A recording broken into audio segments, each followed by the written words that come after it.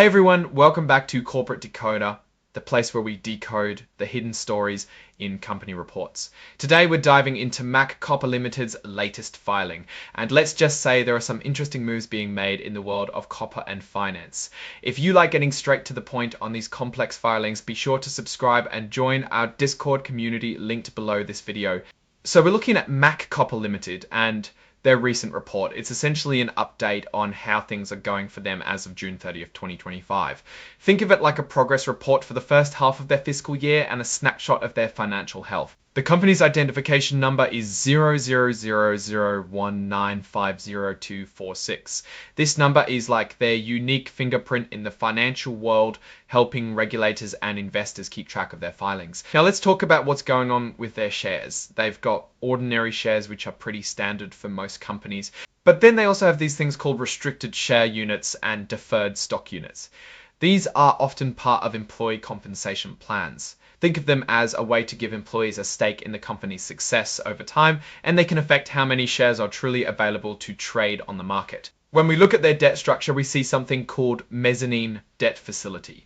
This is a type of financing that's a bit different from your typical bank loan. It often sits between debt and equity and can come with warrants, which are like options to buy more shares later. And within that mezzanine debt, they've also got embedded derivatives. These are essentially contracts tied to the value of the debt itself or other financial instruments, and they can introduce a layer of complexity and risk. The company is also flagging credit risk. This means they are concerned about the possibility that parties who owe them money might not be able to pay it back. This is a pretty common concern for any business. Interestingly, they mention Glencore International AG. This shows a connection or a relationship with this major player in the mining and commodities world, which is definitely worth noting as Glencore is a huge force in the copper market. Then there's currency risk. As a company operating globally or dealing with international transactions, Copper is exposed to fluctuations in exchange rates. If the Australian dollar, for example, weakens against the US dollar, it can impact their reported earnings. And of course, being a copper company, they absolutely have commodity price risk. The price of copper itself is like a roller coaster, and that directly affects their revenue and profitability. A sharp drop in copper prices can be very painful. Interest rate risk is another factor they're watching. Changes in interest rates can affect the cost of their borrowing and the value of their financial assets and liabilities. We also see mentions of public warrants and private placement warrants. These are like tickets that give holders the right to buy shares at a certain price. The existence of these warrants can signal future dilution of existing shares if they are exercised. They also carry warrant liability on their books. This is the financial value attributed to these warrants, which can change based on market conditions and the company's stock price. They have embedded derivatives related to copper and silver stream agreements. These are complex financial arrangements tied to the future production of metals from their mines. It's like they've sold a portion of their future metal output in exchange for upfront cash or other benefits, with the value of that deal being linked to metal prices. Contingent liabilities for royalty deeds are also mentioned. This suggests they have agreements where they might have to pay royalties based on certain conditions or events in the future, and contingent liabilities for copper consideration. This likely relates to purchase agreements where more payment is due if certain milestones or conditions related to copper are met. They're also using swap contracts. These are financial agreements typically used to exchange one stream of cash flows for another, often to manage risks like interest rate or currency fluctuations. They hold equity investments, meaning they own shares in other companies. This is a way to diversify their assets and potentially earn returns from other businesses. Specific commodity swap contracts with major banks like National Bank of Canada, Citibank, and Bank of Montreal are highlighted. This gives a clearer picture of their hedging strategies for copper prices. The term SEMPLEL is also present. This could be an identifier for a specific corporate action or a business segment that is important to track. They have restricted share units and performance share units. Performance share units often vest only if specific company targets are met, making them a strong incentive for management to achieve strategic goals. The senior syndicated facility agreement is a significant detail. This is likely a large loan facility provided by a group of banks. The mention of top and bottom of range could refer to flexibility within the terms of this agreement or pricing bands. Now we see a series of measurement inputs for contingent copper consideration. This breaks down the key factors used to value these future payments, like the current spot price of copper, expected risk-free rates, how much prices might revert to a long-term average inflation, and historical stock price volatility. Understanding these inputs is critical to grasping the actual value of these contingent obligations. They also detail embedded derivatives for copper and silver streams, with inputs like credit spread, which is the extra return investors demand for taking on credit risk, and historical volatility. This shows a focus on valuing these complex financial instruments tied to their metal assets. Silver and copper are listed, which are likely key commodities impacting the company's operations and financial performance. The mezzanine debt facility and copper and silver stream loans are core to their financing strategy, highlighting their reliance on diverse funding sources beyond traditional equity and debt. Retained earnings represent the profits the company has kept over time to reinvest in the business. A growing retained earnings figure usually signals healthy profitability. CHESS depository interests are mentioned alongside initial public offering. This might indicate how their shares are traded in certain markets and the process of their initial listing. MAC Australia and MAC Copper Ltd segments are noted. This helps us understand the geographic or operational breakdown of the company's business. Employee entitlements are payments or benefits due to employees, such as wages and accrued leave. The provision for decommissioning, restoration and rehabilitation costs is a really important one for mining companies. It's the estimated cost of cleaning up their mine sites after operations have ended. This shows their commitment to environmental responsibility and the financial impact of those future obligations.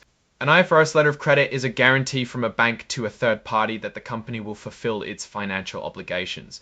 It's often used as a form of security. Mezz warrants again appear, suggesting these are specifically linked to their mezzanine financing. Hirschfall share premium member Tefers full sick, Alish full additional Python capital member Plive IF Ars full seeker. Issue capital share premium and additional paid-in capital all relate to how much money the company has received from selling its shares over time. Share premium, for instance, is the amount paid by investors above the par value of the shares. These figures are fundamental to understanding the company's equity structure. Royalty deeds are agreements that entitle a party to receive a percentage of revenue or profit from a mining operation. Material reconciling items are adjustments made to bring one set of financial data in line with another, often to bridge accounting standards or internal reporting to external ones. The mention of Glencore Operations Australia, TP Limited, further solidifies the link and potential operational involvement with Glencore in Australia. SO's full construction of Transi member Dex I Arth as full case. Mining assets and construction in progress are crucial for a mining company. Mining assets are the resources that can be extracted and sold, while construction in progress refers to projects like new mines or expansions that are still being built and are not yet generating revenue. Tracking these shows where the company is investing its future. Trade receivables are amounts owed to the company by its customers for goods or services already delivered. RS full Adris investments Ammons member EOIS full IS fulls cash and cash equivalents. Member Pulse FRS fold SAP to financial assets at fair value through profit or loss include investments and cash that are valued based on market prices. This category is sensitive to market volatility. US for level 3 of fair value hierarchy member star IFAS fold. Their financial liabilities at fair value through profit or loss with level 3. Fair value hierarchy. Inputs are particularly interesting. Level 3 implies that the value of these liabilities is determined using unobservable inputs, meaning they are harder to value and potentially riskier. This is often seen with complex derivatives or structured financial products. Haffel loans and borrowings member Kuf Eyes Fold, Kide and other payables member Dafa IFRS full Kive IRRS full sets includes loans and borrowings and trade and other payables. These are valued at the amount of cash or cash equivalent paid or received.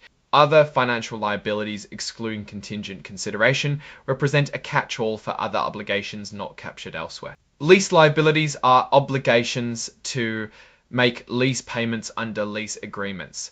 Under lease agreements, Let's get to the heart of it, the numbers. While this filing is more focused on operational and risk disclosures rather than a full set of financial statements, a few key figures jump out. The report is dated August 2025, indicating this is a current snapshot of their situation. This is a Form 6K, which is generally for foreign private issuers reporting information made public in their home country or filed with their home country's regulators. It's not a full financial report like a 10Q, but it gives us a look at important events. The key piece here is the press release dated August 25, 2025.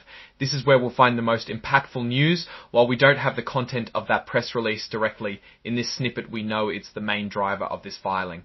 It likely contains updates on their project's financial performance or strategic developments. Given the mention of Glencore and various financing structures, it probably touches on their operational progress and how they are funding it. Looking at the overall picture, Copper seems to be navigating a complex financial landscape. They are utilizing various forms of debt and financing, including mezzanine debt with embedded derivatives and stream agreements, which suggest they are seeking creative ways to fund their operations, possibly due to high capital requirements for mining projects. The focus on commodity price risk and currency risk is standard for the industry, but the specific mention of Glencore indicates a significant strategic relationship that could be a source of both opportunity and risk. Their commitment to environmental rehabilitation, as shown by the provisions for decommissioning costs, is a positive sign of responsible corporate citizenship. However, the reliance on complex financial instruments like embedded derivatives and warrants introduces layers of complexity and potential volatility. Investors need to understand the implications of these instruments. The mention of level 3 fair value hierarchy for some liabilities suggests that a portion of their financial obligations are valued using less observable market data, making them more subjective and potentially harder to manage. In essence, Copper appears to be a company actively developing its mining assets using sophisticated financial strategies. The partnership with Glencore is a major factor that could drive growth, but also introduces dependencies.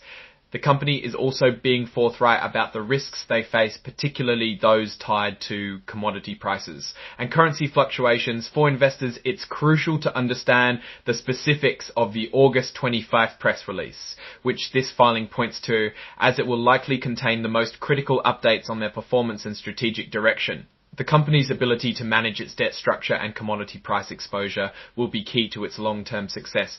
Alright, that's our breakdown of Copper Ltd's latest filing. What's your take on these numbers and what they signal for the company's future? Drop your thoughts in the comments.